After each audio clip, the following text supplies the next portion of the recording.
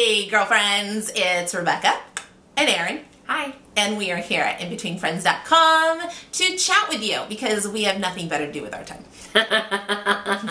Totally facetious. Today we are talking about a question that one of our viewers asked. What on earth do you do if you disagree with your doctor, nurse practitioner, or a nurse? Yeah. Powder keg. This is huge potential for an explosion. What do you do? Mm-hmm. Sometimes this goes back to our initial OBGYN, getting to know your OBGYN. It's like that third person in your marriage. You really trust him, you love him, and him or her. But getting to know your OBGYN so that you can maybe disagree, agree to disagree, and then work towards and work through those issues that you may disagree on and come to a mutual understanding. But this is something that I know a lot of us deal with. Oh, yeah. A lot of us. So yeah. Tell a little bit, you've seen two OBs. Mm-hmm. Can you explain the difference? Yeah. One of them, we've talked about it like we said in a previous blog. One of them I just completely gel with. Yeah. I honestly just believe we have a very similar way of communicating, so therefore we pick up on what each other's saying very easily, and it was a very easy way to get information across. The other one is lovely, but we just don't communicate the same way. So I love it. I just winked at the camera we don't communicate the same way, so that leaves a lot of just room for error and room for miscommunication. Yes. And I know actually I've left the doctor's offices sometimes just kind of scratching my head with like, I don't think I understood that correctly, or I'm a little confused now as to what's going on. And what I've recognized is that's, like I said, just a communication gap. Totally. And that communication gap can cause huge misunderstandings where because you're looking for a birth plan, you're looking for like what's going to happen and what do I expect and what should I do? And then if that miscommunication happens, then you're like, wait, what?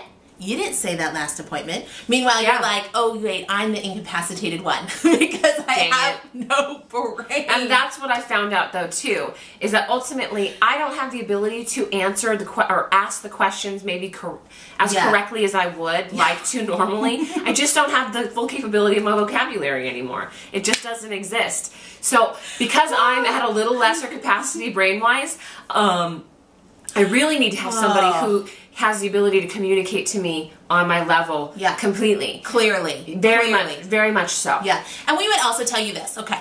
Now, we know you're a mama. We know you're pregnant. We get it.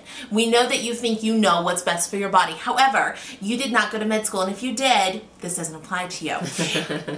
Trust the expert. Yeah. Trust the expert who's probably delivered thousands and thousands of babies over the past decades.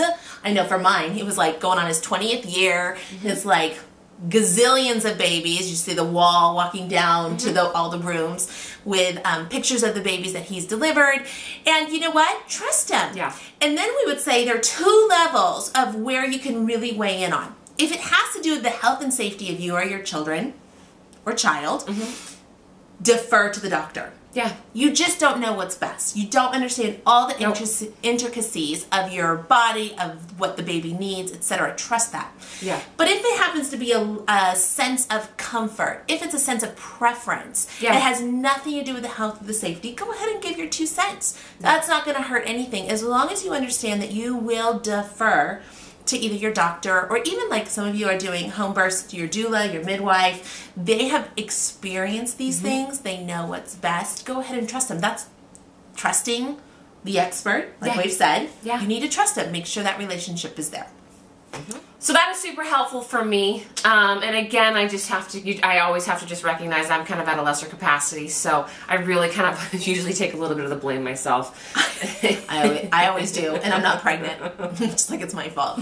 But it is a great thing to kind of recognize will happen. And I mean, it's like a relationship like anything else. You're going to disagree sometimes. Totally. So just determining kind of what's in, where the, oh my gosh. It's okay.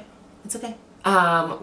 You're going to disagree, so recognize what's important, what's not important, who's going to be right in certain situations. Yeah. We hope that you and your relationship with your OB, though, is fabulous.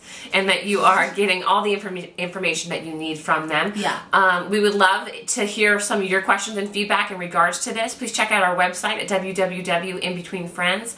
Please subscribe to us here on YouTube, and we'll talk to you later. Thank you. Take care. Oh my gosh.